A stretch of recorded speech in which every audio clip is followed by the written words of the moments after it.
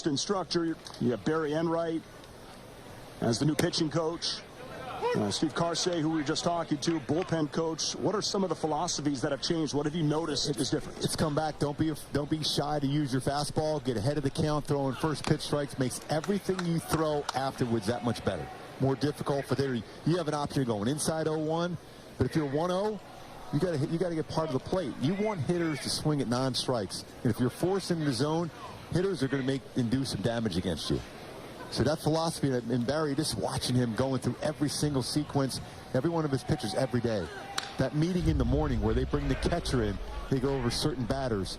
I'm always sitting there going, this is incredible. So they're going over exactly what they were thinking out there on the mound. So then they can learn from that. Each pitcher every day they go through what they did the day before.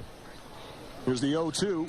That misses 1 and 2. Are they doing this with video, looking at each pitch? What are you thinking in this situation? They know exactly what kind of ride they have on pitches, spin they have on pitches, spots they throw the ball, the sequence, what pitch they threw, and which maybe they could have thrown differently. Oh, that looked good. Got him looking. Back-to-back Ks for Tyler Anderson. Under control, using that heater, throwing strikes. The pitch before was by design. He goes that backdoor cutter right there to finish him off. He's throwing free and easy, and when he doesn't try to chase the velo, he felt like he was doing that last year. Whether he's trying to hit 93, but if he can throw 91, 92, the rest of the stuff is going to play. And the thing, when we were in there, we were talking and hearing about Tyler Anderson is going through how to get a little bit more velocity on his fastball to make those other pitches better. Is core rotation. And what I mean by that, that's to be able to get your lower half and move quickly. That gets your arm in that spot to be able to deliver your arm action a little bit quicker to get more velocity on the fastball. Just those little things they're watching and seeing and observing, and then you can put that into a workout to get your core quicker and stronger to be consistent. The numbers from Nathaniel Lowe also improved dramatically at first base, such a huge part of their World Series run a season ago. These are the World Series world champion Texas Rangers, their first in their history. As Anderson is behind Lowe, 3-0. Has the green light, rips it to right field, and it's going to get over the head of Mickey Moniak. That was drilled. That's going to be a 2-out double. Swinging 3-0 for Nathaniel Lowe. That's a 3-0 swing you want to see from a hitter, and that's exactly what Nathaniel Lowe did on that swing, double right center. He's pretty solid against even left-handed pitching. He stays inside the baseball well. But you have to challenge the zone if you're Tyler Anderson at the falling behind. That's part of that conversation. You fall behind, you're going to get more of the plate, and hitters have a better chance against you. Get ahead of the count, then you can expand the strike zone, make hitters chase. That's all the conversation. Even with the young pitchers getting an opportunity to be able to say that and talk to them about the importance of first pitch strike and not have to throw your very best pitch first pitch. You don't want to throw your strikeout pitch on the first pitch. You want that when you get the hitter with 2 strikes on him. If you're pitching backwards, but getting ahead of hitters is going to be such a huge emphasis for the Angels this year, throughout baseball, of course. And that's right to Shonowell, who makes an easy play to end the inning. And it was just a 2-out double. No runs come in, and the Angels lead. What do you see when you see that conversation? And also they're saying where his arm angle, where his wrist was, be able to see where that cut action was on his fastball. Everything that you want to see from that, from your catcher and your pitcher and your pitching coach. All in that nice conversation, exactly what you're trying to do, so they could be all in the same game plan to be able to go forward in the next inning and into the future here this spring training. Mickey Moniak at the dish, big home run yesterday, and also getting an opportunity to face some left-handed big league pitching. Remember at the end of the season, he was much better. He had really struggled throughout his career. And bottom line is, when somebody says, when you hear that as a hitter, you struggle against a lefty if you're a lefty hitter, and a lefty pitcher on the mound, then you doubt yourself. But then he had some pretty good swings later in the season, and that should carry into this year. All right, he strikes out, 1 down here, top of the second, as Bradford gets him. And that's going to bring up Hunter Dozier, DHing here today. And the one thing for Mickey Moniak, and he's really been talking about that a lot, is making sure he's swinging at strikes. When you look at how many walks as compared to strikeouts he had last season, that's something he wants to flip very, very quickly. Not a lot of walks, had some punch-outs. But he's got a lot of power and a lot of talent. There's a lot of power in that number 17 that Dozier's wearing. And he's shown that already. Yeah.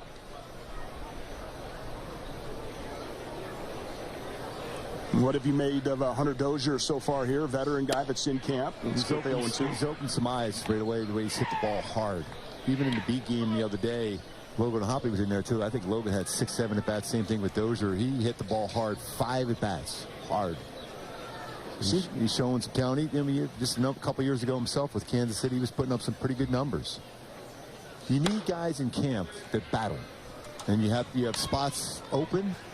Non-roster guys battling for spots in that 26-man roster. So this is some competition. It's going to make everyone better. But also a young squad, right? When you look at the 40-man, you have 17 guys on there, 25 or younger, but you're also sprinkling in some serious veterans in that room. Well, what impact does that have? Well, I think Ron Washington says he wants guys that play in baseball, and to play baseball, you need some of those veterans around because there's so many ups and downs during the baseball season, more so than when you're a younger player because there's a little bit more panic in you as a younger player compared to a veteran. And that's back-to-back Ks here in the second for Bradford.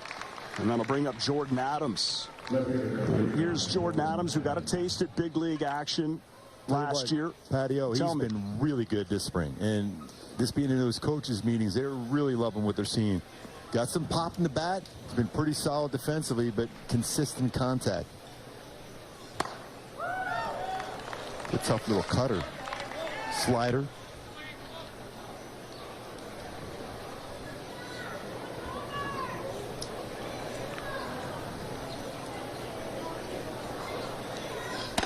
That one misses 1-1. And for Jordan Adams, there is some stiff competition. Out of the 5 that will most likely make the team, you think this guy's right there at 6. You know, you got Adele, you have Moniak, and you know Ward, Trout, and Moniak. You know, these guys are, the 5 spots are there.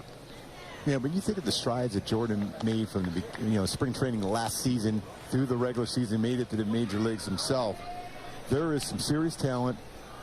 And a lot of these coaches have never seen him before, and the things they were saying about him the last few days is very, very positive. I hope he's catching wind of that. He's caught looking right there as Bradford strikes out the side. He's got 4 in 2, but the Angels have a 1-0 lead.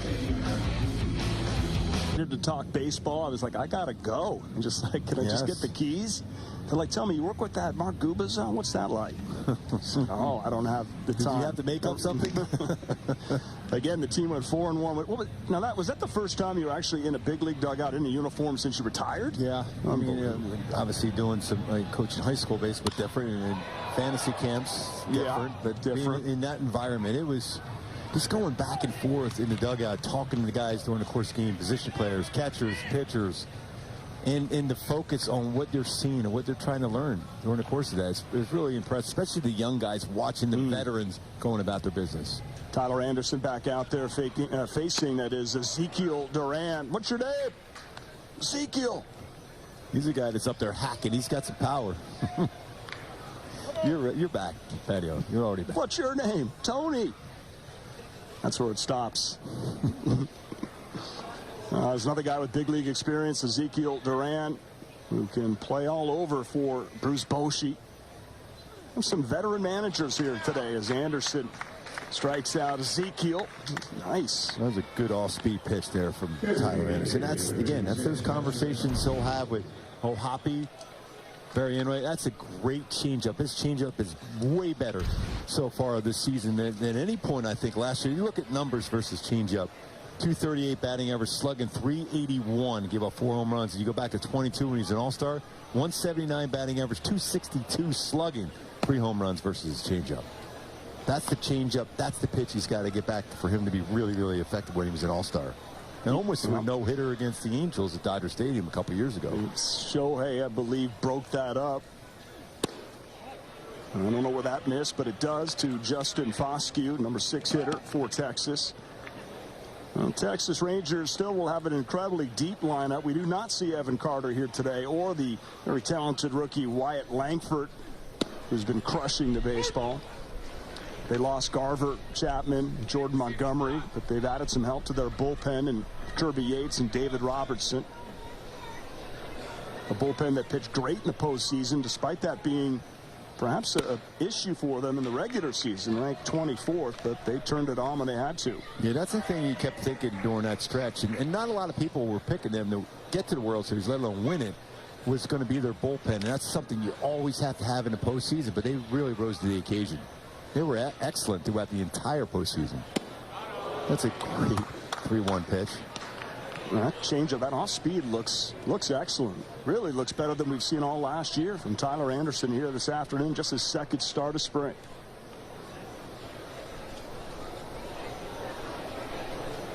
And 3-2 pitch to Foscue.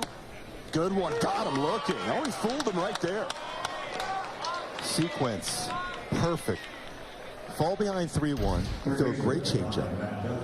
Hitters reading, wanting fastball well out in front, but it was a strike also. And then you back it up. He thinks, oh, I'm not going to get beat by that changeup again. Paints the fastball, gets it. That's the thing. That's where that fastball can play, despite not having the 95 velo. That works. Here's the former Angel, Matt Duffy. Takes a strike, getting ahead of the account.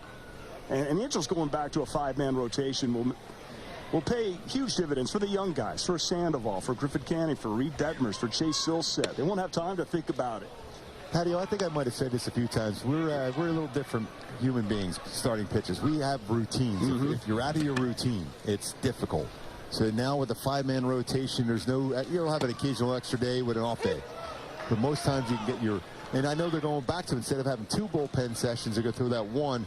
You throw your game, work out really hard the next day, maybe play a little catch. So your bullpen session, work out hard again, and then get yourself in the game mode that day before you pitch.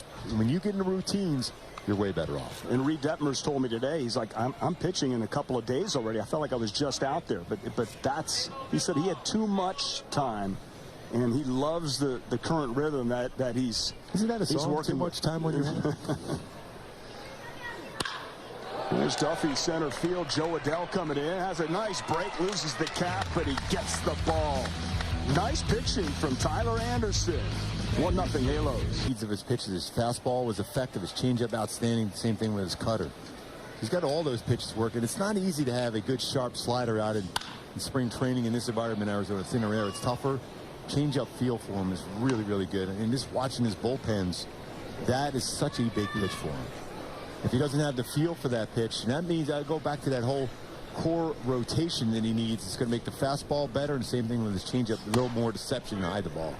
Bradford misses. It's 1-1 to Zach Neto, who is going to be a huge part of this Angels team. He's your starting shortstop. Ron Washington already said, I want him hitting 9th every game.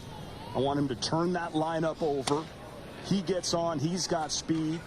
And you get the big boys up. Shonowell has excellent on base, but you got to get to Trout, Rendon, Taylor Ward. When you look at the Angels and successful Angels back a number of years ago, it was the number 1 hitter, number 9 hitter. Both guys that can get on base, do some damage, but also can run. So you'd be able to turn that lineup back up. Rather, as a 9 hitter, it's tough to be able to sell a young hitter. It may cost you a bat or so. It's going to cost you a number of bats throughout the season, batting number 9 in the lineup.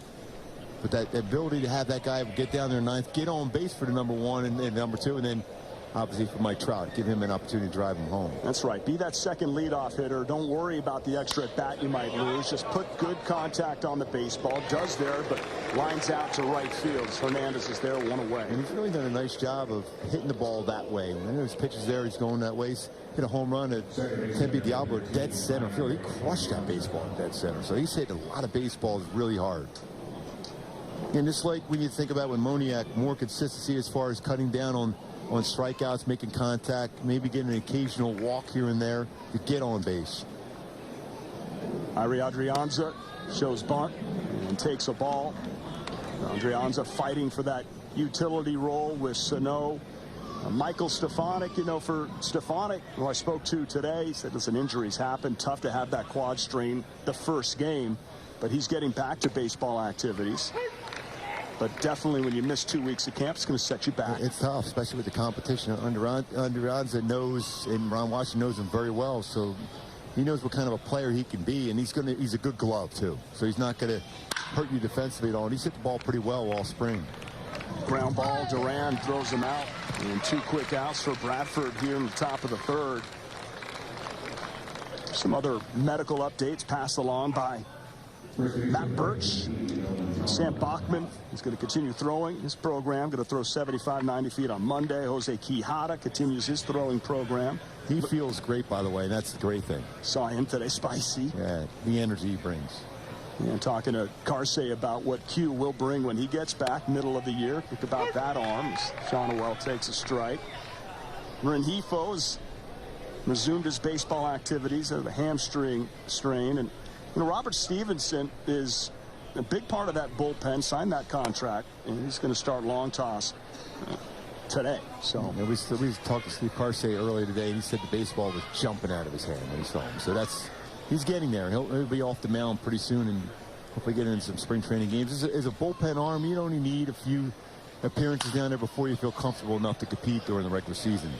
The bullpen is going to be a strength of this Angels team. You can't win without a strong bullpen. And also, I think one thing you notice is the depth of the arms. Young arms. A lot of guys, not too long ago, was a lot of guys were pitch-to-contact guys. Well, there's not a lot of pitch-to-contact guys. There's a lot of velo down there, so it's good to see that. And a lot of different arm angles, too. Simber looks really, really good. This might be a tough one. It was Shotwell getting down the line, but Bradford gets over on the flip from low.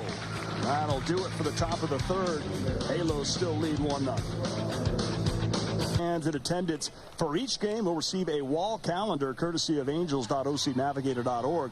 Visit angels.com/promotions for all the details. And like what we've seen so far from Tyler Anderson, the number 8 hitter. Elio Hernandez playing right field for Texas tonight. Well, the opening date is right around the corner. What, 24 days away from opening? That's right. Today's the 4th. It's the 28th. At Baltimore will pop up to right field. Moniak under it. And he has it. New first baseman for the Halos is Charles LeBlanc. And as Nolan Shotwell's day is done, and another quick out.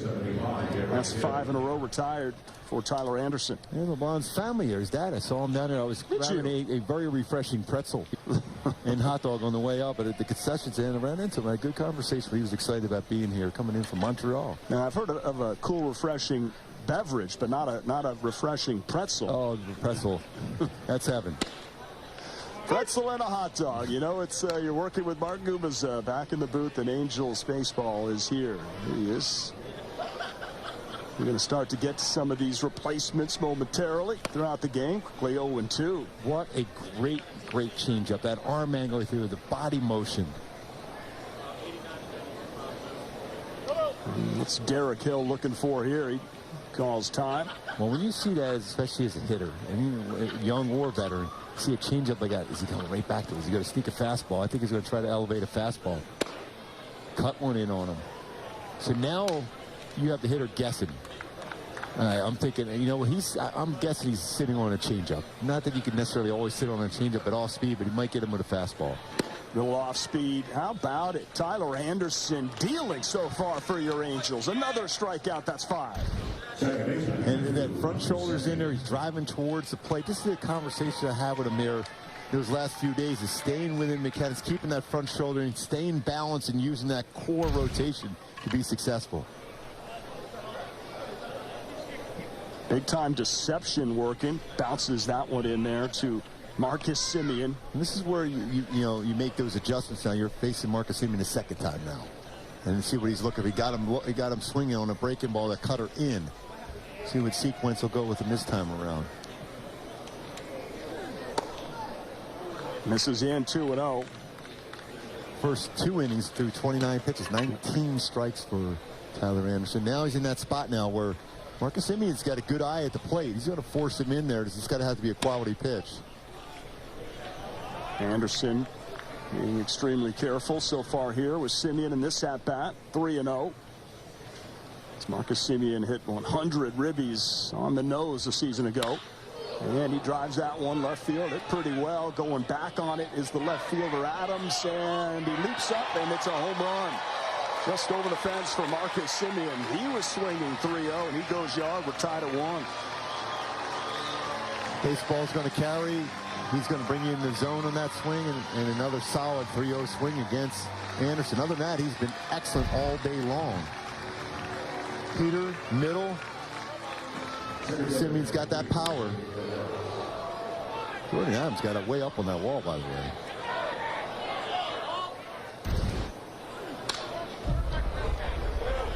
So Semien takes him deep on the 3-0 pitch. You have somebody 3-0, and this could be for any pitcher. You don't make a mistake on a 3-0 pitch like that to an MVP type candidate. And we talked about how that baseball is going to carry. He didn't necessarily square it up perfectly, but hit it well, and he got it up in the air and it carried. But still, you fall behind 3-0, you're forced into the strike zone. And a guy like Marcus Semien, who's had a lot of power throughout his career, really developed a lot more as he went along in his career. Especially, I think he's more comfortable in the second base position. And you see those numbers really increase as he moved over from short to second. You know, you think about the Rangers. The Angels will see them 13 times during the regular season. Went 6-7 against Texas a year ago. You know, you're going to have to face a Corey Seager and Evan Carter. And there you get Tavares on the strikeout. So he gives up the home run, but the changeup has been excellent for Tyler Anderson. The top of the fourth here at Surprise Stadium in Surprise, Arizona. New pitcher for the Texas Rangers is the 26-year-old Yuri Rodriguez from Santiago, Dominican Republic. You see his numbers in 13 games, 13 2/3, 15 strikeouts. Gave up some runs, but man, that heater came in hot right there to Miguel Sano. Yeah, he's got a good fastball that has some run to it also. Not only we talk about velocity, but when you have that run, average fastball last year, 97.2 on your FM dial. And also, he'll throw a slider, he'll throw an occasional sinker at 97 and a changeup. Right there, Sano was late on that fastball. It's quickly 0-2. Wow, that was some heat. Straight gas, gets him on 3 straight fastballs and caught him looking. I'll bring up Logan O'Hoppe. What do you think he's thinking as he walks into the batter's box after seeing that? Well, what you want to do is get that barrel out a little bit quicker. More than likely, you're going to be guessing fastball first pitch, be ready to swing first pitch. Takes a little something off. Four-seam and a two-seam fastball.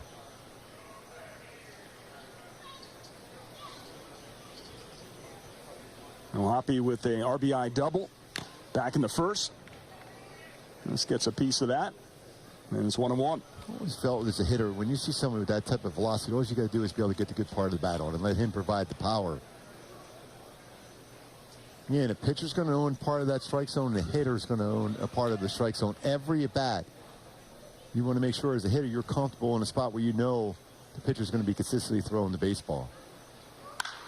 That one's fouled away. So, Gooby, when you were in uniform the past 5 games, what time was the call time? I was 5:30 in the morning, walking my way down there. Really? It's 6 in the morning. 6 in the morning, you have to be there? And the energy level at that early in the morning, I thought everyone would be like half asleep. Yeah. They're already, everyone's having a blast, joking around, be ready, looking, going through what they're going to do during the course of the game. It's already been set up. Ray Montgomery and Bussey have been they set everything up. And they know exactly where they're going to be at 7:15, 7:30, 8 o'clock, meetings, staff meetings. Breakfast is served at 6:30. Yeah, it's pretty good. 2-2 to O'Hoppe, just past Rodriguez. Semien in time to get O'Hoppe 2 down. So how's the spread? Like the food, like legitimately, is it just as much as you want? It's really, really good. Really good, really good. Healthy. Yes. I did my Patrick O'Neill. I had my oatmeal every morning, so I made sure I did that. Now, how are you asleep by 8:30 then every night? I mean, you're up that early. You know, I'm surprisingly was in bed and sleeping after usual. I'm watching Friends for about 8,000th time. I've seen every episode by 10 o'clock or so. Yeah. I always thought you were the Seinfeld references. That was before the closing the eyes with Friends getting on there. I watched every one of those. Puts you right to sleep, apparently. Yes. Here's Joe Adell. I know that it was a thrill for you, Gooby, but I'm just going to say right now that I saw the way some of these players were interacting with you today. I just got here last night, my first time in camp today. It was meaningful to them to have you down there. 0-2 gets Joe Adell looking. So, hey, Yuri Rodriguez, he opened some eyes right there with that half inning. Looked pretty good with a 1, 2, 3, 4. Cool right now. I mean, that's why he's got his back turned to us. They say it's his birthday. Great to have the family here today with Lauren, Lucy, and Margot. There he is. Say, Otis, happy birthday. Happy birthday, Otis. I've seen them in TV commercials. I swear I have. Jose Suarez is in. And he gets Nathaniel Lowe to just roll over easy to first base, 1 away.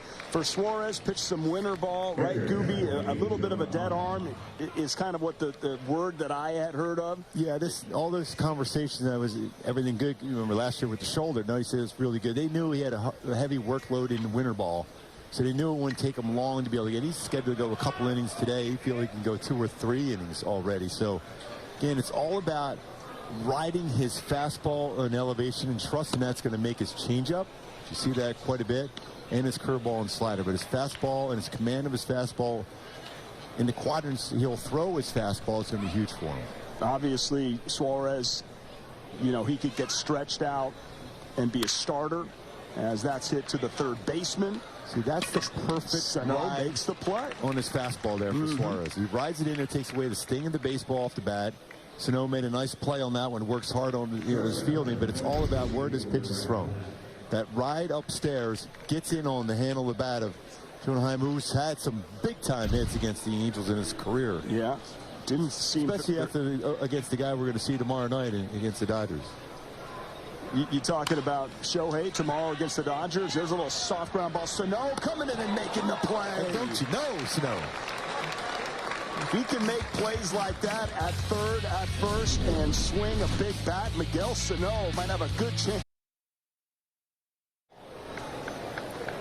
We are moving right along here in Surprise Stadium. First pitch from Yuri Rodriguez, another heater fouled back by Mickey Moniak. This Rangers team played a game against the Oakland A's yesterday. They went 2 hours and 2 minutes. That's a pretty quick game. Apparently the umpire had a generous strike zone. Doug Addings behind the plate yesterday. There had to be a hitter saying that. Pitchers go, that was a good strike zone. Exactly. Consistent. That's Tyler Jones here today, calling the balls and strikes. And that's hit pretty well, and that gets past the diving second baseman Simeon for base hit for Mickey Moniak. Good swing for Moniak. Go back to yesterday, though. Game-winning home run. Went down and got that off speed and got it through and got it by him like a Simeon. And that'll bring up Hunter Dozier. He's starting to get his time together too, Mickey Moniak. He was just missing a number of swings early in the camp. Now he's starting to make good contact. The Angels have been real aggressive running. Point of emphasis, right? Considering the numbers that you brought up, taking the extra base, not good stats last year, and also stolen bases. Yeah, 27th as far as stolen base, 28th in stolen base attempts. Already 16 stolen bases, second in spring training baseball. And that's specifically Ron Washington coming over, and the coaching staff. You got a lot of guys new on this coaching staff that have tremendous energy. They want to work and press. Bo Porter really has a great idea over first base, what they're seeing, what the times are for the pitcher to play, what their moves look like. Same thing with Eric Young Sr. Fouled over by the Rangers dugout by Dozier. It's 1-2. Moniak's role this year, do you see him splitting time, you know, a platoon type of situation with Joe Adell? Do you see him leading off? I know he definitely didn't walk a lot last year. But he also provided a chance to be up 1-0 right away to start a game leading off too. But I think if he can show he can be more consistent as far as patience at the plate, you might see him do that. In there, gets Dozier looking. That's the first out here in the fifth. There's one consistent guy in the outfield that will be playing every day. That will be Mike Trout, and then you have Aaron Hicks, who's been great in camp, switch hitter, and Taylor Ward has hit the ball hard a lot already in spring. So it's going to be a rotation around, depending sometimes who's on the mound for the opponent. I think, and then DH role for maybe the other one that's not playing. Right, I agree. And Mike Trout and Taylor Ward are going to be everyday players, especially the way Taylor has looked. So happy to see Taylor bounce back, no ill effects. Not even a flinch after what he went through. He's been really good defensively out in left field. The catches that he was making over the shoulder, he looks great in left. You know, we want to see a full 26-man squad as Moniak was on the move, fouled back by Jordan Adams. He'll return to first. Mike Trout has to stay healthy. And Albert Pujols said something interesting about the ground in Arizona being harder ground than what they play in Florida in the Grapefruit League. And you're on your feet all day, and it can wear these guys down. But you also, and then you're still trying to get those at-bats in there to get your timing together, too. So that's one of those tough things as the manager, and especially as the hitting coach, is you're trying to get as many at-bats. That's why you'll see a lot of those guys down in B games where they can have 6, 7, maybe 8 at-bats like Logan O'Hoppe did the other day in a B game. Even Dozier, the same thing. You want to get as many at-bats as possible. Just having O'Hoppe lead off every half inning. Just get him up there. Get him comfortable. Get these guys on time. That's tapped towards the first base side, and it goes foul. You know, Trout's already in the 20s in the plate appearances, but he wants to play. He wants to get up in those 60s, 70s by the time that March 28th game in Baltimore comes up. Patio, everyone's been saying that a healthy Mike Trout playing. But the guys in the staff meetings we're talking, we want Mike Trout, MVP Mike Trout playing every day. And Mike Trout told me in an interview right away in spring training, I want to be the guy where a pitcher's on the mound and he fears when I come to the plate. That gets fears me. Guts by Lowe and Moniak. Oh, look at the hustle. Turning second, going to third, taking the extra base. He's safe.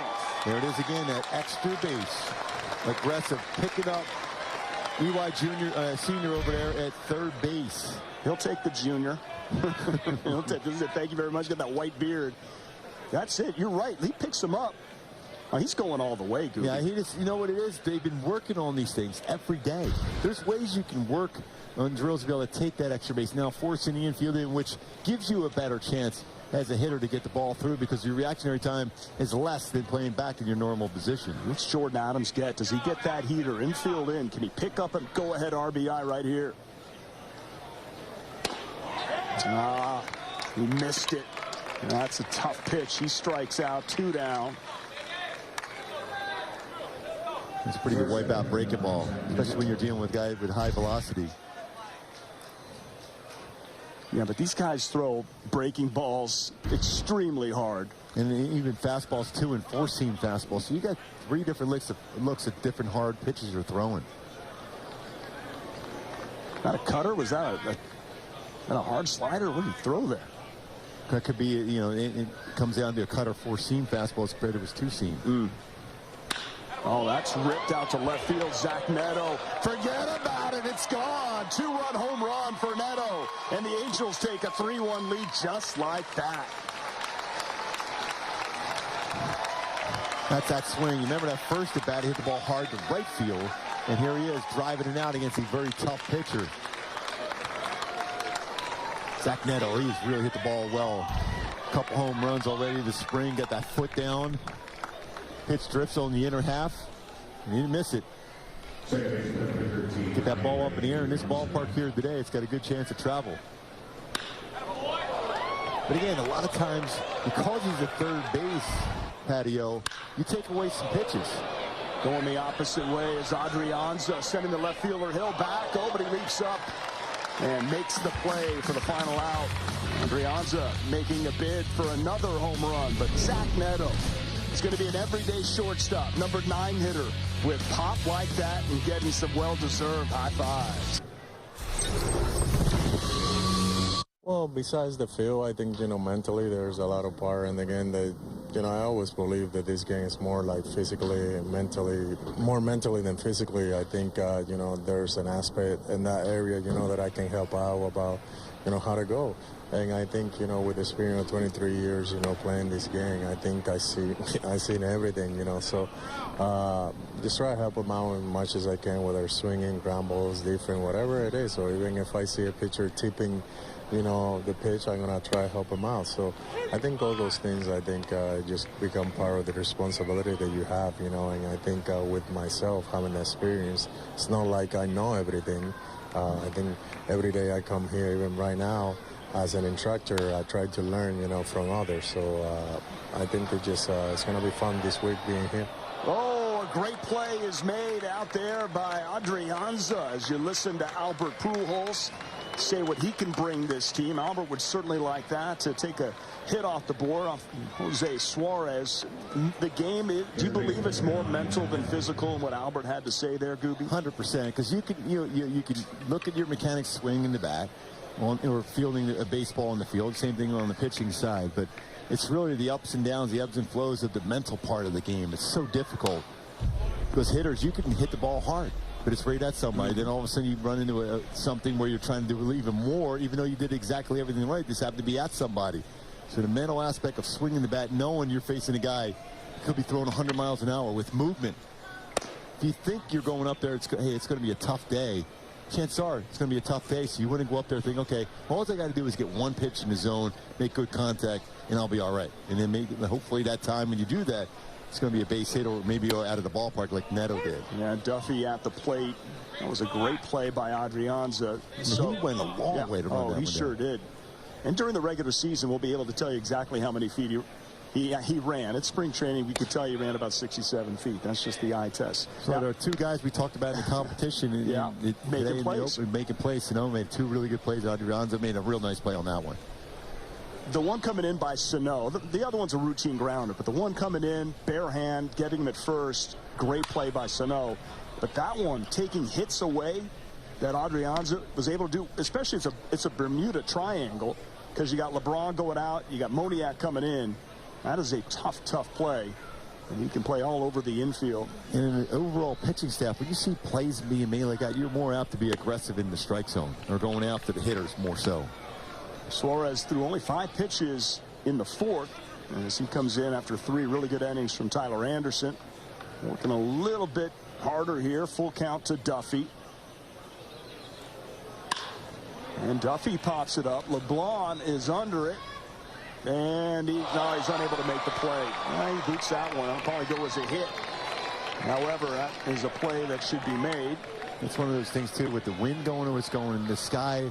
Every baseball hit in the air in Arizona is a tough play. Yeah.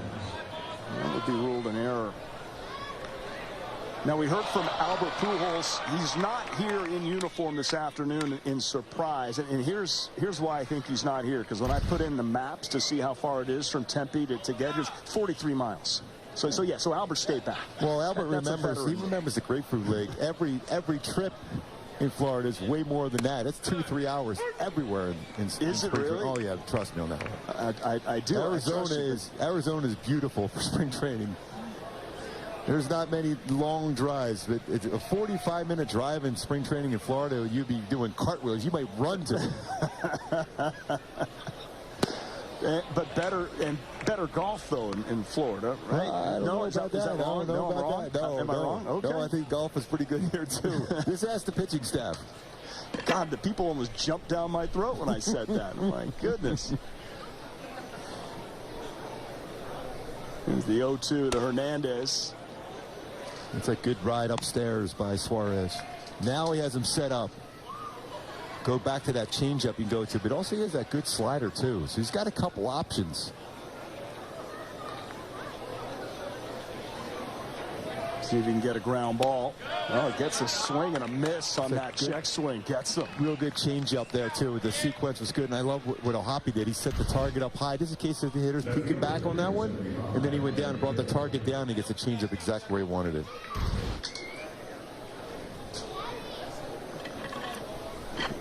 So the batter now, the number 9 hitter, Derek Hill.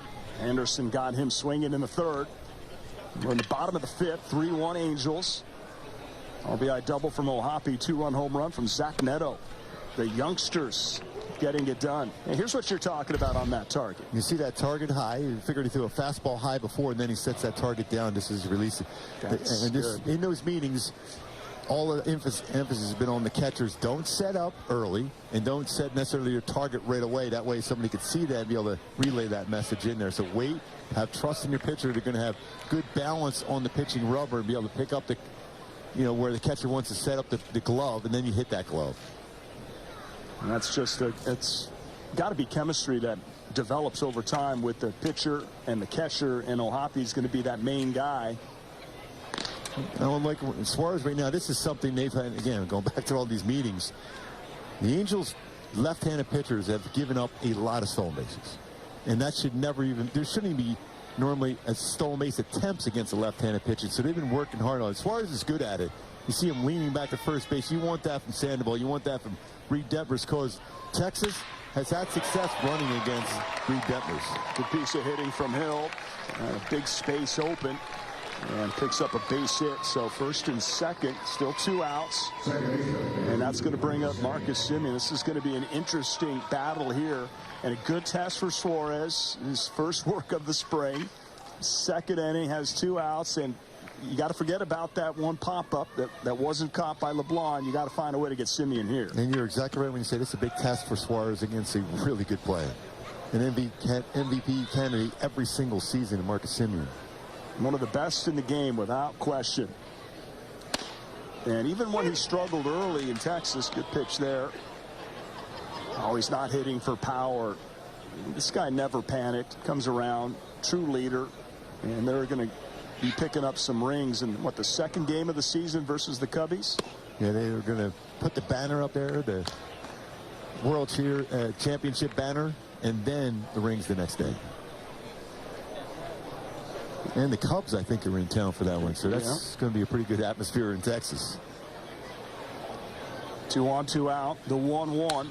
Ooh, good hack, foul back. So 1 ball, 2 strikes here for Jose Suarez against Marcus Semien. The role for Suarez maybe is that Jaime Barria type of a role, right? In that, you know, he could be a spot starter. He could be that kind of long guy if you need him. That's what it seems to be right now at this moment for Suarez. Not a bad role if you could get it. Here's the 1-2 upstairs. See, every at bat, a hitter's going to have a pitch to hit, and maybe that was the one Semien missed, fouled back straight. So that's the mindset you have to have a pitcher. Okay, he had that once, so now I got to make a good pitch. That pitch right there was a solid one, but Semien didn't go after it. This you want to be your best pitch right here. And good hitter, stays alive.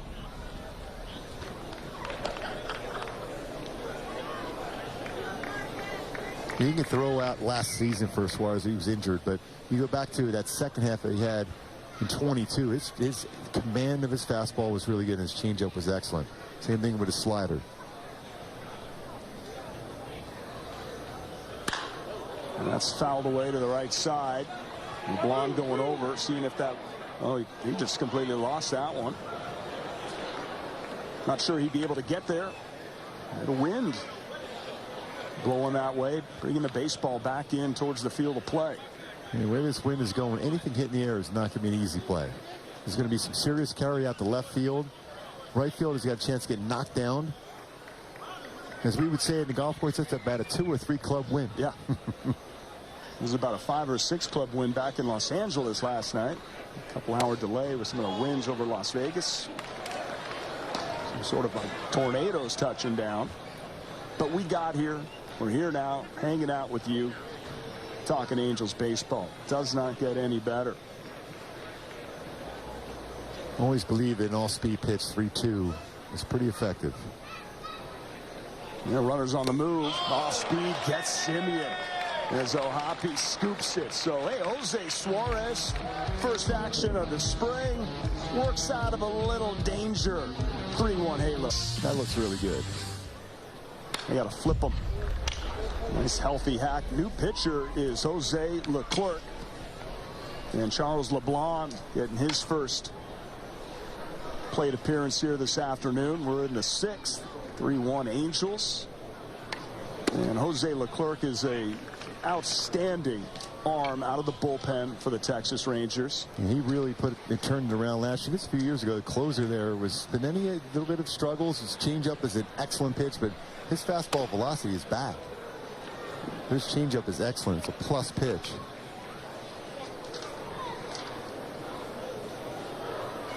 So here is LeBlanc hitting where Shonowell was in the order. Only 2 at-bats for Nolan Shonowell today. 0 for 2. Left early. Part of the plan, it appears. I don't think the Texas Rangers are able to go all the way to the World Series even without Leclerc out of the bullpen. Then they added some arms out there, as I mentioned, Kirby Yates.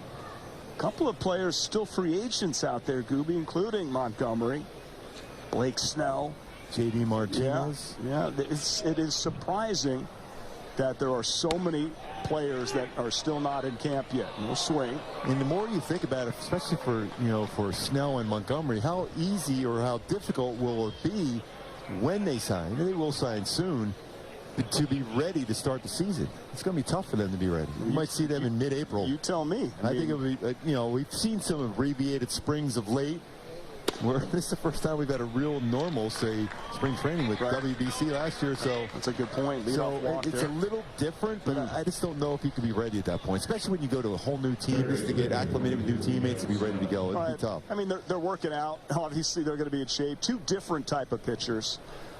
With Blake Snell, you got the reigning Cy Young winner. That's two-time Cy Young Award winner. Right. Too. Okay, so he is not even in camp anywhere. Now, it's obviously, you got to look at the agent, and you know, the money is not what some of these guys were expecting. Like Matt Chapman, you know, it's a lot of money, but it's not necessarily what they thought they were going to get, but he at least signed. Giants. There's Miguel Sano, LeBlanc with the leadoff walk, and it's quickly 0-2. When you're getting a dominant pitcher with whoever signs Snell. No, yeah. Everyone goes, well, he only get, you know, because of the amount of pitches he throws. A lot of times he's in that 5 1/3 to 6 innings, but right. They're dominant 6 innings. He doesn't have a complete game in his career, but it is dominant. And Sano with a good take, very close. The 0-2 misses 1-2. Again, this is one of them, going back to Miguel Sano here at the plate. He lost like 60 pounds, and he looks incredible. I'm hearing you tell guys he looks like Bo Jackson. He's got that power of Bo Jackson. We saw that against San Diego and Peoria. That ball was crushed. So 162 big league home runs. He's gotten himself back into great shape.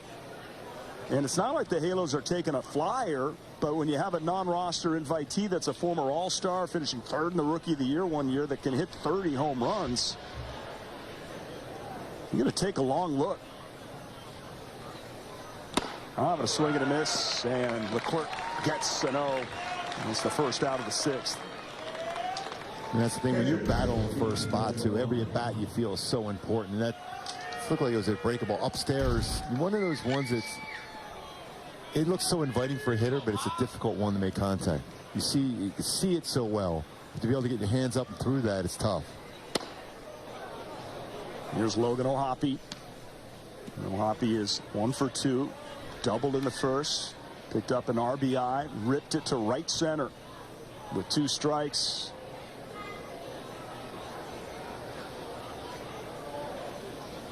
Well, that one is hit pretty well down the left field line and just foul. He just got in front of that a little bit. I have to say, the conversation with Logan O'Hoppe is it's a joy to talk to this young man when you see the passion and the pride that he takes in getting ready and being a leader and wanting to post every single game. You know, it's the tools of ignorance, but this guy wants to play every day, and be that young and to show such leadership qualities, the Angels have a good one. And what a steal of a trade that was.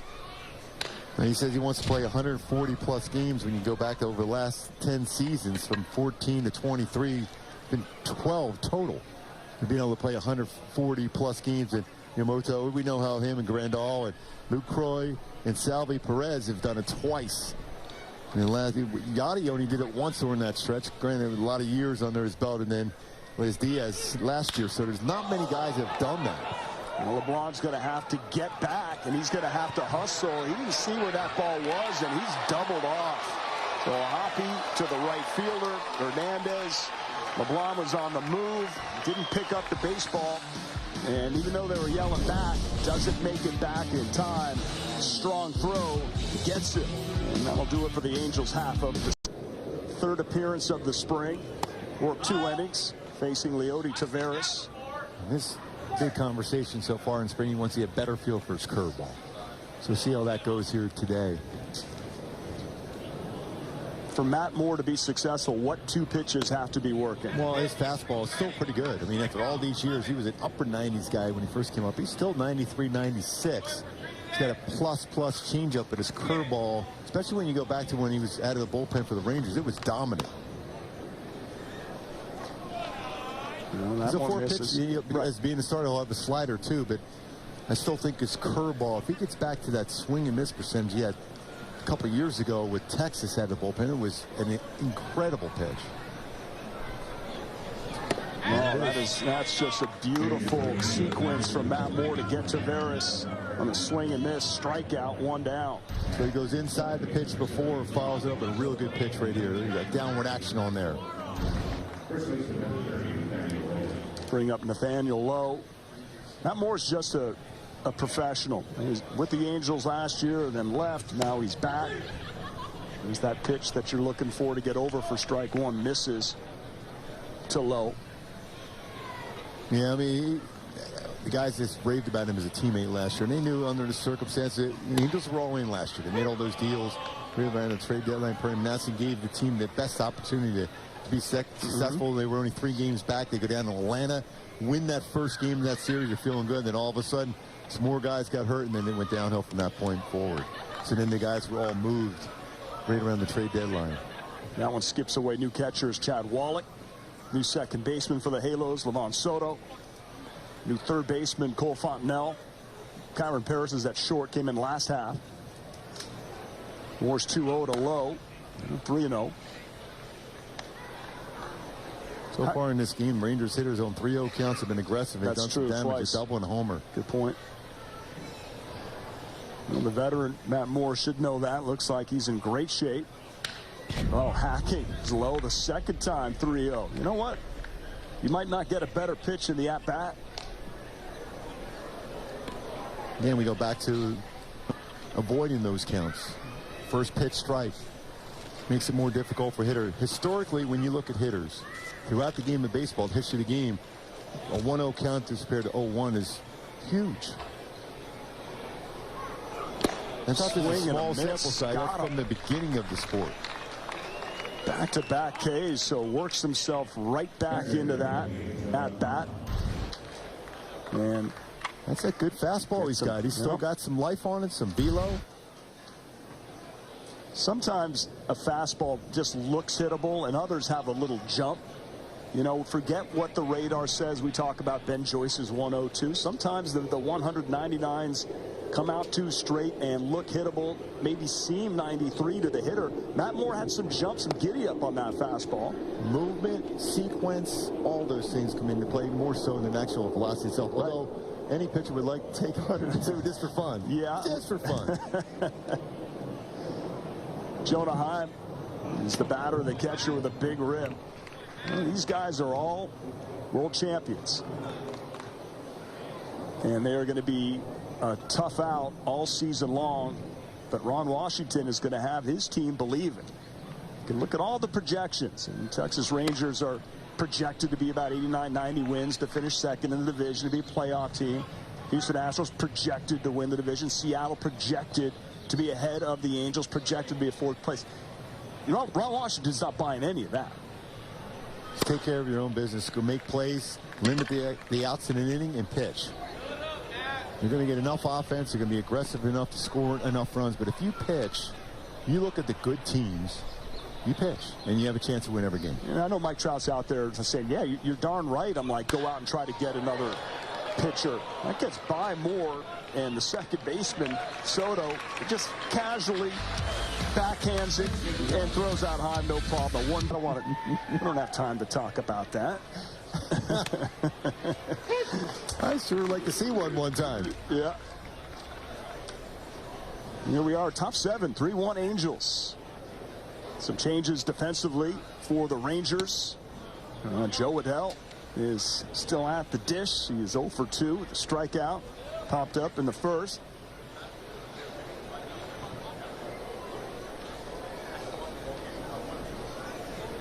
Never easy as a right-handed batter against an arm angle you're seeing here from Grant Anderson. Is the new pitcher, the righty. That's why you got to stay in through the baseball, let it travel. This is where you think, I got to go center to right center. If he makes a mistake in, I can make that adjustment. He's going to go away against him. Yeah, and he got him looking. Yeah, that's a completely different arm angle. And gets him. Let's give you a quick word from Hyundai. It's your journey. Own every mile in the Hyundai Tucson with America's best warranty. Mickey Moniak with 1 down here in the 7th. Moniak singled, not as far as 3rd last time up. Big rip. What's the ceiling this year for Mickey Moniak? What do you think he's setting his goals for? I'm looking anywhere between 15 and 20 home runs for him, and also same around that amount of stolen bases. But I'm looking for more walks. It's going to have to be a big part of his game. He's really aggressive on the first pitch. We know that. And he's had success on the first pitch, but you also have to be a little bit more consistent as far as not chasing out of the zone. Bring him in the zone because he's got a lot of power. He is super strong this year. For an aggressive hitter that is looking for his zone, his pitch to hunt, how do you tell that hitter to, hey, don't chase, don't get overly aggressive? Well, you just have to, you have to have an ability as a hitter at the plate, recognize pitches and know what the pitchers are going to do. Because if you have that reputation of always up there hacking first pitch, generally you're not going to get many in the zone, and sometimes you're going to get that fastball just off the outside corner. If you chase that, you're going to be some trouble. But you look at his numbers, 381 on the first pitch, 381 with a slugging of 714 OPS. 1,095 on the first pitch by play. That is a tough pitch right there from Grant Anderson, who has back-to-back strikeouts and two good hitters in Adele and Moniak. An Angels team that wants to cut down on their strikeouts. But you look at it as the at-bat progresses for Mickey. That last year, 192-02, which is generally going to be the case 02, the 200 with a slugging percentage of 314, 1.222, 170 with a 340 slugging. So you're talking 714 slugging, even 1-0 slugging percentage of 1250. Anderson attacking these Halos hitters. He's ahead of Dozier 0-2. Jordan Adams on deck. Low pitch ball game, both sides. And that's a strikeout.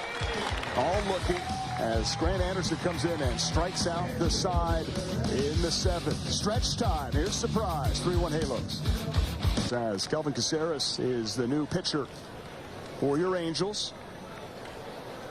This is right in the middle of that spring training, Gooby, where it's kind of like you got to get over the hump here, right? Where you're grinding, gets a first pitch ground ball. Paris comes in, throws across, and just gets the Speedy Duran for a quick out. Caceres has a real good running fastball. You look at those strikeouts he had, A-ball, AA, AAA combined, under 60 innings pitched, but over 80 strikeouts. Electric fastball. Paris all about those hands. He came in on that. He ended up rushing it a little bit at the end because he's got that strong arm, because Duran gets down there quickly, but he's got some good hands there at the shortstop position. Justin Foscue takes a strike from Caceres from the Dominican Republic, 24 years old. Just being in those meetings again, the guys, the whole staff really likes him a lot. Think about it. You started last year, you're an A-ball, worked your way AA, AAA, so he's up the ladder. And again, we've seen a lot of guys go from AA to the big leagues. Yeah. Basically go right out of college to the big leagues. It's hard to really point to another general manager that is more aggressive in giving young players an opportunity at the big league level. Terry Manassian not afraid when he sees something in somebody, be it Shonwell, he's right from Florida Atlantic. Just he's an on-base machine in just a month at AA. He said, we're bringing you to the big leagues. You're in the show. No spring training. It's first spring training. Yeah. And it comes down to when you see a player, you draft it and bring it through your system, your player development people. You have to think, okay, I can recognize the talent. Sometimes organizations are reluctant to bring someone up so quickly, but I can just go back to what we did in Kansas City. And Saberhagen and myself were both in AA. We never played AAA, and it'll be in the World Series with that group of young players coming up. So I think if you trust in your player development and trust in your eyes and what you see when you draft somebody and you're developing, you feel that under any circumstance they're going to be good and they're going to keep developing and not be overwhelmed by being in the big leagues. And that's what you saw with Neto and Shonwell, and you got all these guys being very, very effective. The breaking ball skips past Wallach. You see yesterday with, Caden Dana, how good he was. He walks the first bat of the game and no panic at all. Two really good innings yesterday. Urania, I mean, this stuff is there. Now it's just a matter of developing and being comfortable, and you might see those guys quicker and sooner than you would normally believe. But when you have talent and you have the player development and the guys to guide you along as far as the staff, you have a shot. Spoke to Caden Dana today, 20 years old. He's 6'5", 230. I said, what are you coming in at? He said, well, people somehow say I'm 205, 210. I'm 230. 6'5", 230. And he said his goals for him are just to stay healthy and make about 25 starts. Would like to be at AA. He's 20 years old. He has such incredible confidence, and there's a great makeup. I'm sure you saw that. And even in his bullpen session, not only the games, his bullpen session, it was a purpose. There's a fly ball center field. And Marisnik is now in the game. He's there to make the play. Jake Marisnik in center. An outstanding defender throughout his entire career. He's really happy about putting on that Angels uniform. Tucker Flint is now in right field. Jordan Adams remains in left. Elliot Hernandez is the batter with 2 outs. Foscue at second. 3-1 Angels here in the bottom of the 7th. Mark Gubaza, Patrick O'Neill, our entire Valley Sports Angels crew here with you. Producer Everett, director Ben today. Congratulations, first game, crushing it. Ben Tom back in the truck. Can we just start calling out some shots like, wow, right field looks really interesting today. There's a, just kidding. Who's that by the cactus in center? Whew, that's some sound in the mitt. Sometimes in these late games, you get to see some of the prospects.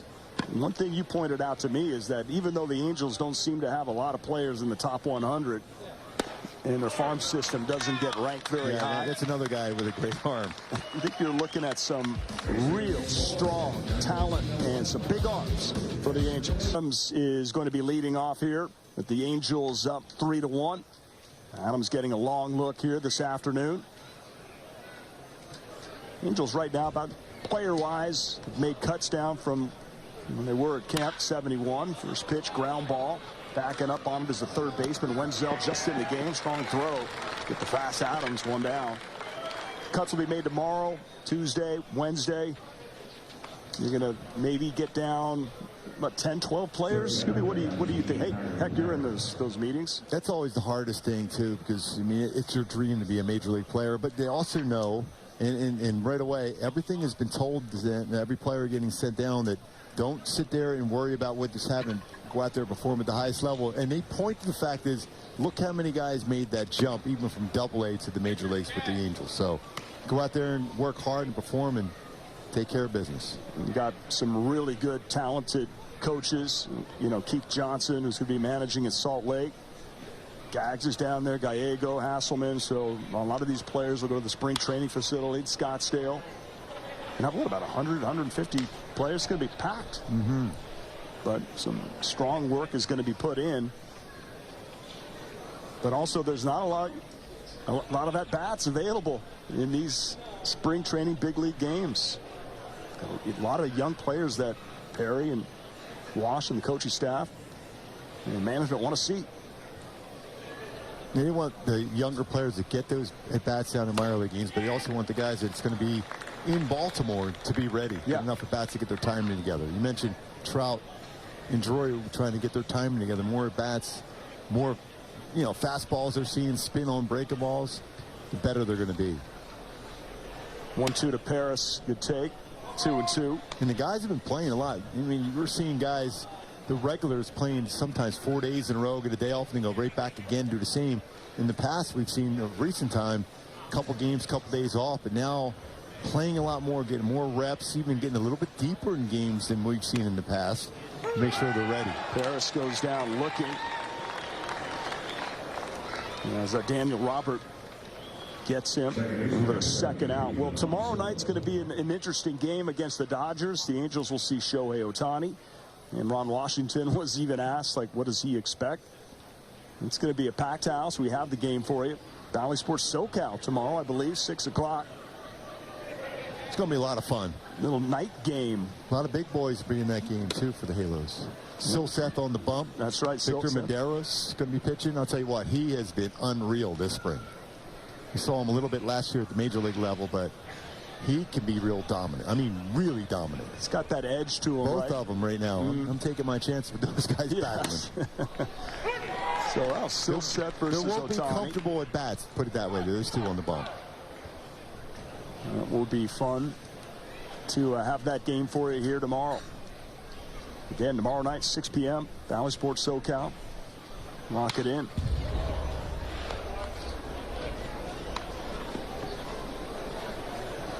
A lot of road games this week, Gooby.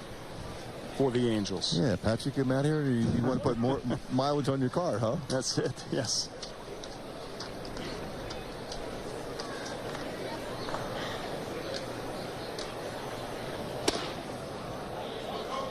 You see Oakland. And there'll be a split squad. See Seattle on the 7th. I think we get that one at home. Yeah, we get Oakland at home, and then we'll be at Seattle and Peoria on the 7th. See the Mariners. A little different looking lineup this year for Seattle. They still have those great young arms, but a lot of offense going. There'll be a strikeout for Livan Soto. Score remains 3-1 here in Surprise. Arizona Angels 3 and the Texas Rangers 1. New pitcher, the lefty. Nice delivery from Adam Kolarek. What do we expect here from Kolarek? Yeah, he's been really good as far as he talks about, especially for that arm angle. He's got to really make sure he has that balance over the pitcher guard, because he's going to be drifting a little bit forward with that deception, and keeping that front shoulder in to make it more difficult for the hitter to see that baseball out of the bat. Hide and deception, very important for him. Kolarek last year with the Dodgers and the Mets. Derek Hill remains in the game and takes strike one. By the way, Mountain Time. It's Mountain Time here, is what I've just been told. So tomorrow, back home, 5:05 first pitch for the Angels and the Dodgers. 5:05 Bally Sports SoCal. But then there's this daylight savings that's going to end in a weekend, right? Yeah, But it doesn't change here. All right. Everywhere else changes. We catch up there. We change and we catch up. We catch up today. Same time. I'm going to get another hour of light, though. Is this how this is going to work? Yes.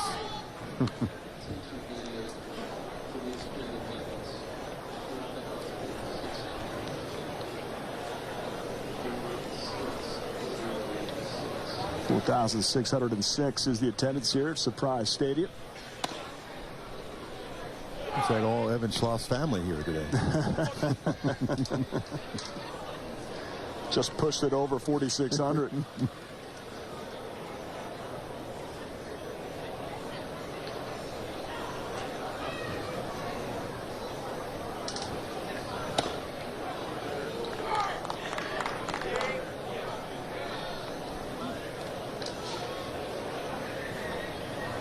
The changes that were put in to speed up the game a year ago, shaving 27 minutes off.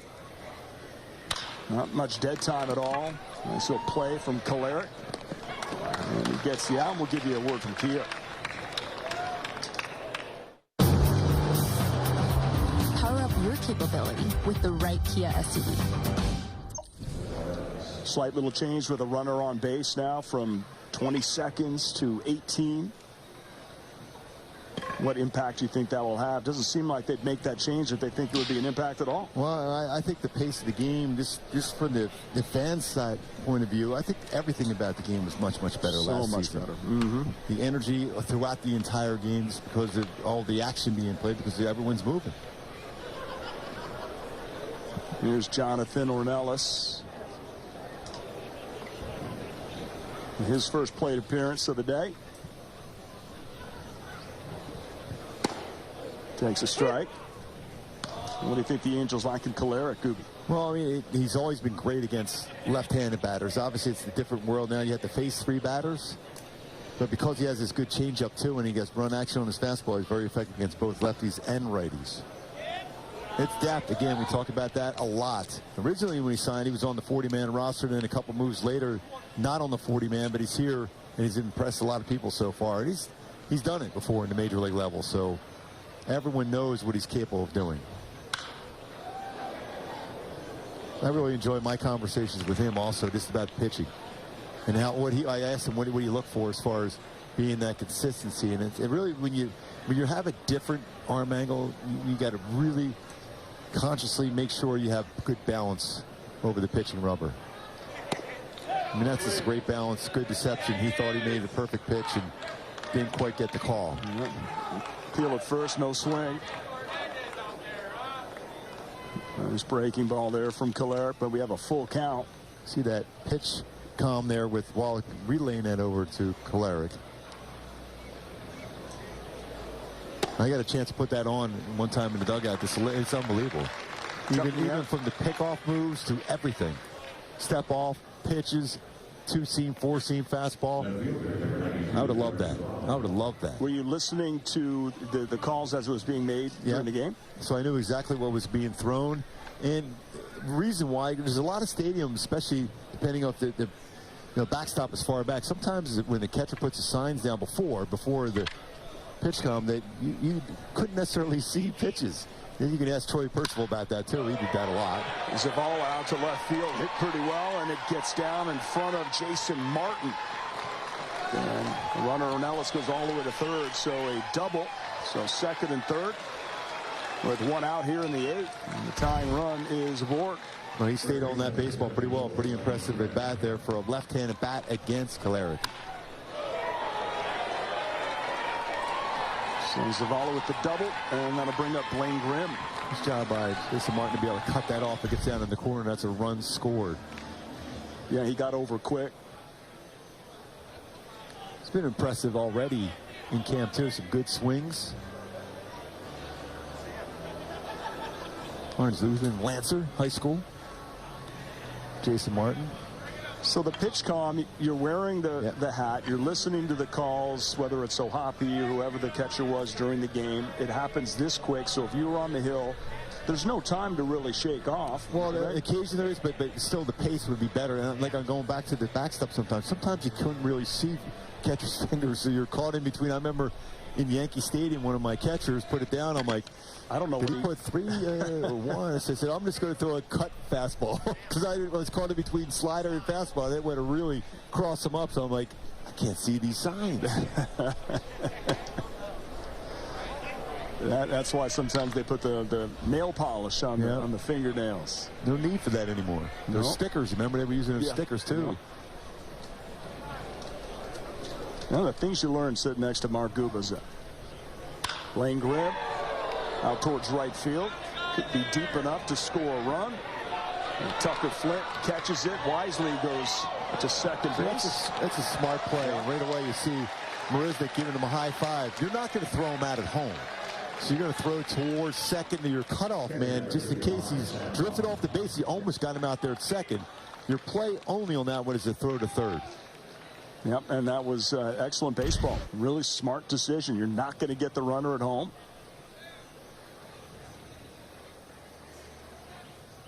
So you keep him there at second base. It keeps a wild pitch away from tying the game up. So the man on second is a different feel as a pitcher as compared to a guy at third base. Catcher Sam Huff now. A throw down.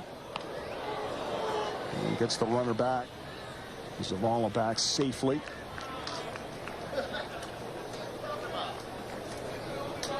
Let's get the arm loosened up a little bit for Wallet.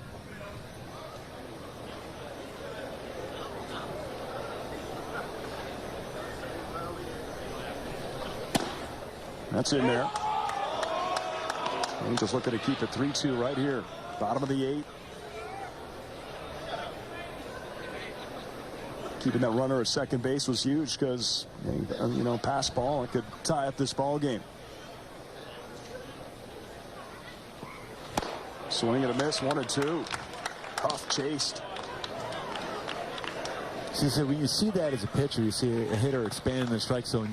Your mindset now, especially with this count, is you're getting him out with a non-strike.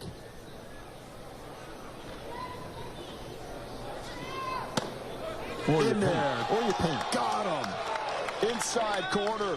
Kolarek striking out Huff, keeping this a one-run game. And Harry Enright having a conversation about how things went down there in that 8th inning. We're in the top of the 9th, 3-2. Angels. New pitcher is Jonathan Holder. You want to stick around after the game for our Angels Live postgame. Charles LeBlanc is the batter. Walked his first time up. Cole Fontenelle on deck. Switch hitter.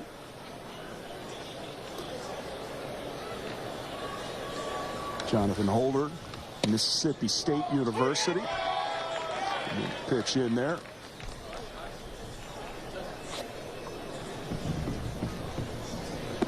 He's pitched in the big leagues with the Yankees. And got him looking. So nice sequence there for Holder. One down. It's going to bring up Cole Fontenot. 7th round draft choice out of TCU in the Seattle, Washington area. Chance to talk with him earlier today. And this is his first spring training with the Angels, but not his first time to Tempe, Arizona in the Angels camp. In fact, Raul Ibanez, when he was with the Angels in 2014. Here's a picture with Cole Fontenot 10 years ago. There he is when he was 14, a former Angel, Raul Ibanez. And went up in Seattle. Raul and his son and Cole were on the same soccer team. So Raul Ibanez invited him to spring training. So his first ever spring training as a 14-year-old 10 years ago in the soccer team. And a nice invitation from one Raul Ibanez. He's one of the great guys in the game. Cole Fontenot actually has some Japanese descent on his father's side. Great-great-grandparents from Japan moved to Hawaii, and his middle name is Dennis Mitsugu Fontenot. Cole Dennis Mitsugu Fontenot. Asked him about it.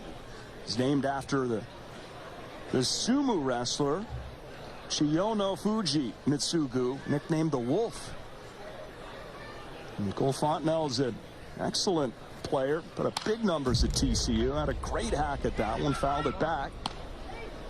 And he's just thrilled to be in camp. Whether he ends up Tri-Cities, Double-A this year, he's going to put the work in. And he said he has slowed this game down already. Doesn't feel overwhelmed. Just strikeout there. But Duga, I didn't know if you heard my information about the sumo wrestler, the Wolf Chiyono Fuji Mitsugu. But Cole Fontenot has been impressive in camp, although he strikes out right there. Oh, he's been really, really good. Switch hitter with real, I mean, the comparisons, Corey Koski, who had a really good career in the major league level, and that's what they're seeing from him. And he's getting better and better with his fielding-wise at third base, but they know he can swing the bat extremely well. I played at TCU, which is a great program and a very tough league he's going to play in. So a lot of talent there. Again, we talk so much about this young talent on the pitching side, but there's some really good position players from Flores behind the plate. We saw him the other day on the B game. He was excellent catching Soriano. Rada out in the outfield, who's a phenomenal player. And then Fontenot over there at third base. What have you seen from Rada? Because I know the fans are been very high on him, very excited. Not too often you see a kid, well, last year he was playing 17, and in his 18th birthday, so patient, by 73 walks, won a gold glove, I mean, silver slugger hitting the baseball, phenomenal player, just an unreal center fielder too. Chad Wallach pops it up, first base side, second baseman Caber Rodriguez makes the catch. So here come the the Rangers. The final 3 outs, Angels lead 3-2. Here is Jorge Macheco, 21-year-old from Cuba. Mark Ubaza is now down on the field. And during the warm-ups, Macheco almost took you out, pal. Yeah, I know. I've been in the dugout for 5 straight days. I haven't, no baseballs come flying in, but it was flying in at me. I was like, uh-oh. It was a slap shot. It was a Chara slap shot at me. Good thing you got those hush puppies on. You're able to squeeze out of the way. I'm like, no way that this happened. It's flying by me. That was a lot of fun. No foul balls, nothing in the dugout for 5 days. I walked behind home plate again, and boom. But you never take your eye off the baseball, though. No.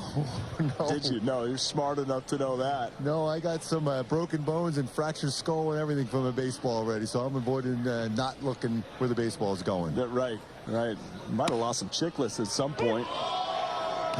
Right? If I'm not mistaken. Yeah, I got some veneers up there. I get hit in the mouth with a hockey puck, too, so all those things are fun. This is Davis Wenzel.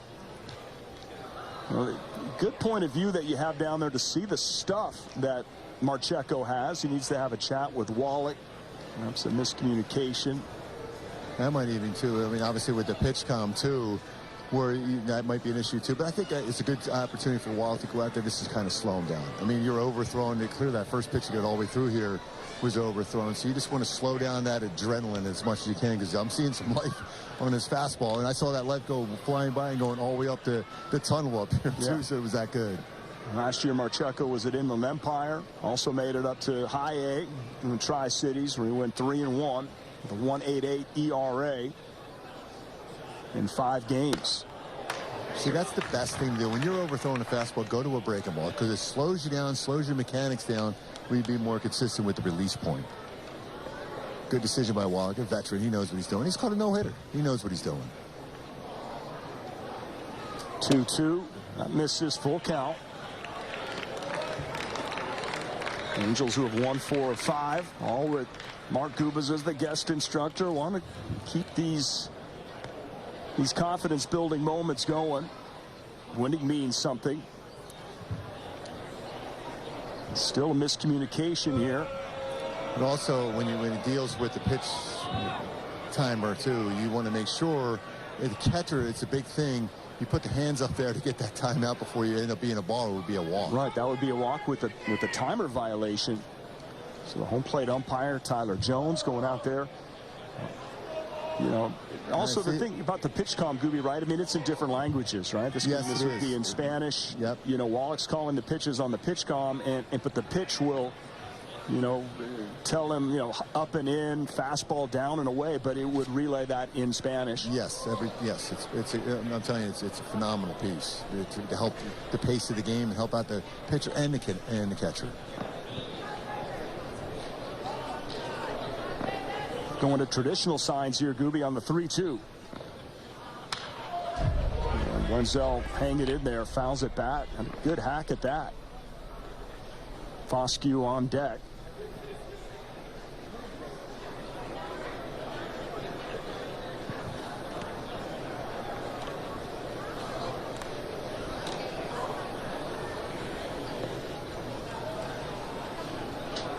The 3-2 offering. In there, got him. Wow. Nice job by Wallach behind the plate frame. How about it being a hitter? You see the first pitch goes flying all the way over to the catcher and all the way up the tunnel up here, and then you paint a fastball in the corner to be able to finish him off. That's not a good, comfortable at bat for a hitter. So a lot happening in that at bat. Marcheco. Communication with Wallach, but Jorge Marcheco gets the strikeout looking, brings up Justin Foscue. So this is interesting. You wonder in situations like this, Gooby, if this, you know, and if it's not going to work, whether for whatever the malfunction might be, you just have to do away with it. I think they're going to give him a new one at this point. Hopefully it wasn't the one I was wearing the one day. I'm hoping that's not the case. That's what happened to it. As Tim Buss comes out, they're going to change it out. When you're a young pitcher on the mound, you want to have the comfort zone for him. It's hard enough when you're sitting out here and it's a major league game. You were an A-ball last year. You want to feel as good as about your stuff and not the other things that could be a distraction for you. You really get to see the technology in use right here, how they just took it right out of the inside of the cap, just slips right in there. New little pitch comm device, not very big as you can see. A little off speed in there for a strike. Pitch there to get Justin Foscue for strike 1. Had a nice movement on it, that breaking ball.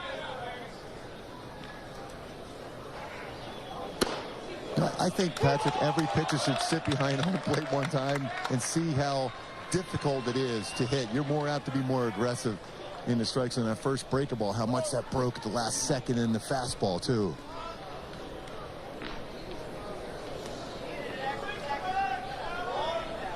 Jorge Marcheco, Bayamo, Cuba. Only 21 years old. And a little hitch in the giddy up right there, a little delay, foul back, but attack mode. Patio, why is that baseball trying to find me everywhere here? Could be many different reasons. Yeah. Say your prayers. And it's fouled off to the right side, but remember that wind could blow it back, but no, it goes into the seats. So let's see how close. First pitch almost got you in the warm-ups, and now a foul back, but he doesn't flinch. Guaranteed, no flinching. I feel pretty good with the net now. If you're wondering why Mark Gubicza had to get away from me, no, it's not because the 8 previous innings didn't go to his liking. He has the interview coming up with Ron Washington. And you're going to join me down on the field here, patio, for postgame. You better believe it, partner. And it's been fun being with you here today and our crew. Today and the next 3 games. The Angels playing good baseball here in the Cactus League.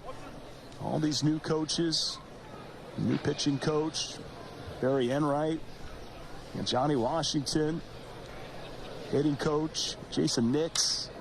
Oh, high fastball fouled back. Yeah, there's another foul ball back here.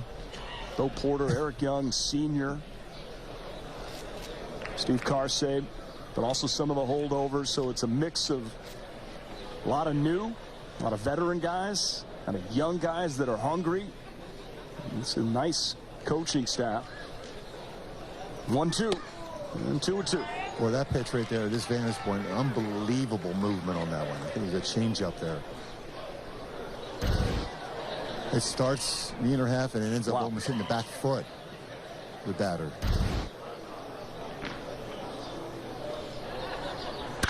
Well, that's ripped to center field. Hit well. Marisnik, though, lost it. Completely lost it in the sun. And Foscue is going to go into second base with a double. Well, it was ripped right at him. And you probably had a good vantage point from that down there, Gooby. Yeah, the hardest baseball to catch is an outfielder's ball hit right at you that hard. And right away you could see Jake had a tough time seeing and tracking that baseball. He's running back and hope at some point and somehow that ball would come into his vantage point. It's ignoring that route going back on it, but no chance to be able to see that ball was hit too hard. Talking about exit velocity off the bat. That was serious exit velocity off the bat. Pinch runner is going to be Jace Easley. So Easley at second. And Caber Rodriguez is now the batter.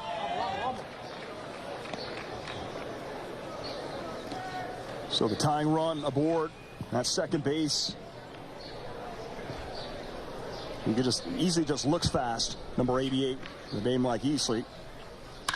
Oh, that one is ripped out to center field. Jake Marisnik going back. That one is hit really well, but Marisnik tracks it down and makes the catch. Yeah. Did not lose that one. Yeah, he was able to turn his body on that one, Patrick, to be able to track that down a little bit better. And you see how the baseball will carry so well, but it's all about getting that body turned in the right direction for Marisnik. One of the best ones in baseball as far as defensive metrics is Jake Marisnik, but his route he took on that one was excellent. Looked like he thought he got it, was going to end this game, but it kind of got knocked down right at the track. But great read from Jake Marisnik. I'll tell you what, like after the play before, and then another rocket hit right at him. That is a great play. It's Anthony Gutierrez.